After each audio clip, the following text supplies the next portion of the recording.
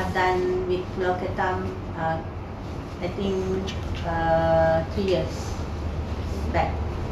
Okay, but basically it's because of that, because it's a village, it's more to it's not much on the mangrove ecosystem, but it's basically for the bee quality, because we here you know that we have a 2G culture in MSU, right? Grateful, giving a grateful. So basically, and because of that, the initiative is actually to cover which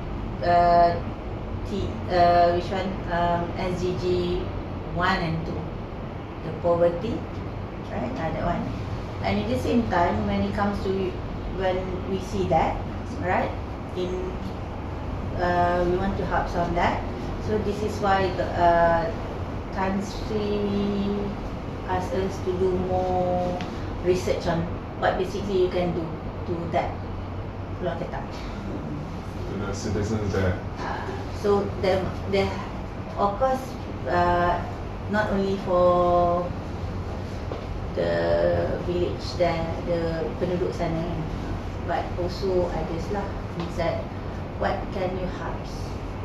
So what we see is one of that is mangrove. It's one of the SDG.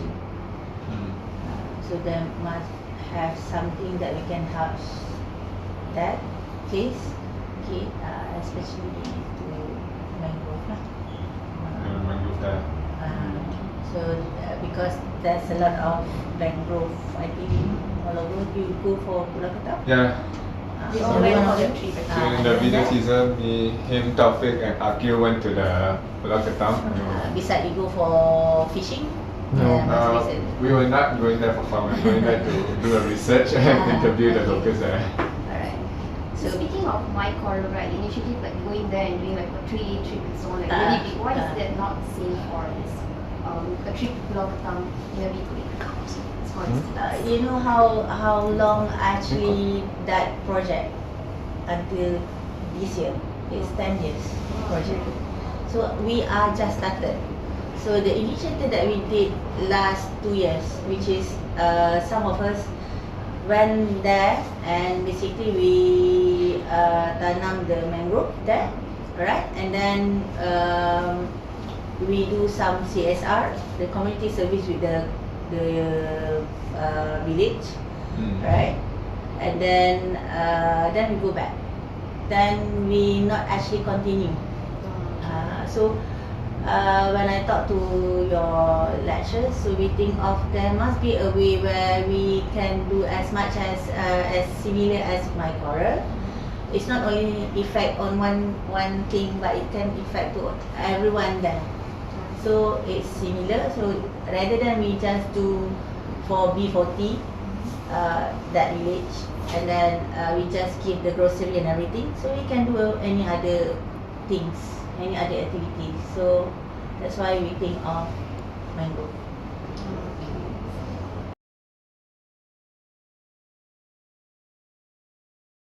So about the situation, so during our interview, one of the locals did mention that one of the reasons why mangrove tree fall down was because of speedboating. Not speedboating as in for fun, it was for commercial purposes and tourism. So basically, during our experience on our travel towards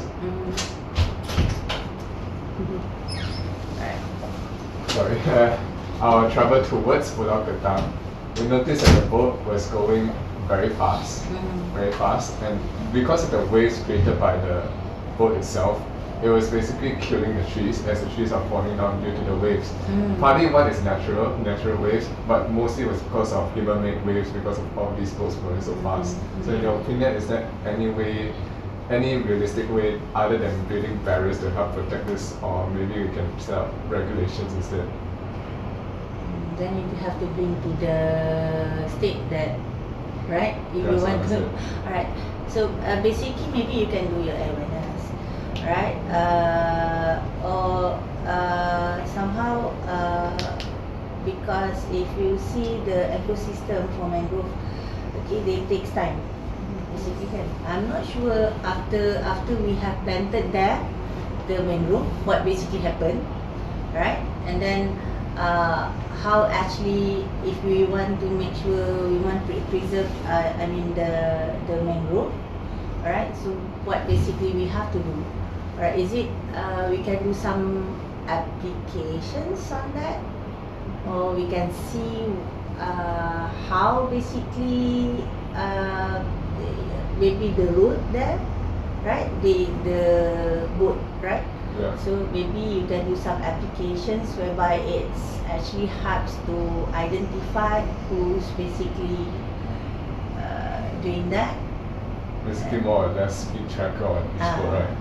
So you can do that as you are a computer science student. So you can think how to use the AI, artificial intelligence, on predicting any of Machine these. learning. So that may be one of the example, and maybe one of the things that you can do when you do your project. So there is a lot of things that you can help. So when you go and see and do the research, and you can see how basically is that place and how basically you can help in terms of the main ecosystem here. Don't look into only one part when you go there and okay, what basically you can do on this mangrove. But you can also help in terms of the people there, or maybe in terms of how you identify when you have you planting one of the mangrove tree there. Maybe there's a detected, I don't know, IoT or something that kan, we all are more knowing about this skill on that. So maybe when something happen, they can detect something, right? So this is the things that why actually we come up with this mangrove which on SDG for 15, right? So basically our reports right there, do you have any like feedback on our findings on our report?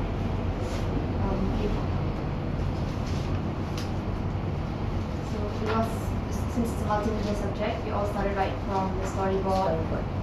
You're going to do a video? I've already done the video. Oh, okay.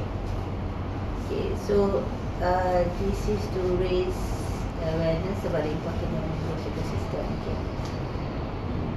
The target audience is people who live near mangrove forests, people who work in conservation, and people who are interested in learning more about the nature. So basically, you have 3 different target audience, right? So these 3 different target audiences, every one of you can think of a lot of application or IoT, whatever. Yeah. Because if you see here, people who live in near mangrove forest, basically what they are interested on that mangrove, what basically can help them. And if they say people who work in conservations, maybe to make sure that mangrove tree will be there and take care, kan? Right? And then people who are interested in learning more about the nature, you can give awareness to the school. And the middle schools are. Right. They learn on the ecosystem of the nature and everything kan. Yeah. Geography whatever lah. Sekarang ni I'm not sure what. Okay. So they can do that. So you can give, or maybe you can do some learning. I mean video learning or something, right? So there is a lot of things that you can do. Okay.